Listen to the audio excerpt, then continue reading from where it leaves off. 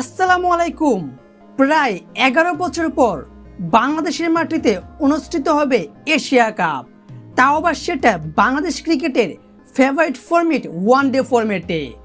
ইতিমধ্যে এশিয়া কাপের জন্য সময়সূচি চূড়ান্ত করে ফেলেছেন এশিয়ান ক্রিকেট কাউন্সিলর। তবে এখনও আনুষ্ঠানিকভাবে কোনো তারিখ ঘোষণা করেনি, কিন্তু জানা গিয়েছে আগামী বছরের জুন বা জুলাই মাসে ওয়ানডে ফরম্যাটে বাংলাদেশের মাটিতে অনুষ্ঠিত হবে এশিয়া কাপ।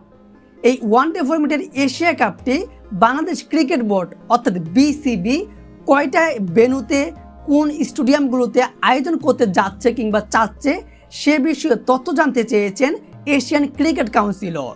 আর সে সম্পর্কে আজ বিসিবির কমিটি এক প্রেস কনফারেন্সে তারা মুখোমুখি হয়ে বলেছেন, ইতিমধ্যে এশিয়ান ক্রিকেট কাউন্সিলরকে জানিয়েছে এবারের এশিয়া কাপটি বাংলাদেশ 3টা ভেন্যুতে আয়োজন করবে।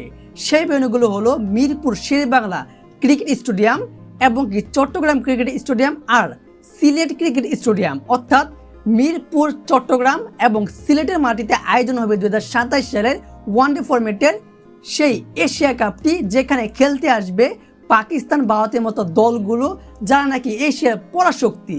আর সেখানে বাংলাদেশের ফেভারিট যে ফরম্যাটটা সেটা হচ্ছে ওয়ানডে ফরম্যাট। সেই ওয়ানডে ফরম্যাটে কিন্তু বাংলাদেশের মাটিতে অনুষ্ঠিত হবে এশিয়া কাপের মতো একটি আসর, যেখানে বিসিবি আয়োজন করতে যাচ্ছে মিরপুর, চট্টগ্রাম এবং সিলেট। দর্শক, এই ছিল আজকের ভিডিওতে। এবং কি আপনারা এই স্টেডিয়াম ছাড়াও কি অন্য কোনো স্টেডিয়ামে আয়োজন করা যেতে পারে এশিয়া কাপ, যেরকম রয়েছে কক্সবাজার, বরিশাল, তাছাড়া অনেকগুলো স্টেডিয়াম পড়ে রয়েছে, সেই স্টেডিয়ামগুলো কি বিসিবি এই এশিয়া কাপটা আয়োজন করতে পারে? সে বিষয়ে আপনার গুরুত্বপূর্ণ মতামতটি অবশ্যই ভিডিওর কমেন্ট বক্সে জানিয়ে দিবেন এবং ভিডিওটিতে লাইক দিয়ে বিশ্বকাপ কিংবা বাংলাদেশ ক্রিকেটের সকল খবর পেতে চ্যানেলটি সাবস্ক্রাইব করে পাশেই থাকবেন। ধন্যবাদ।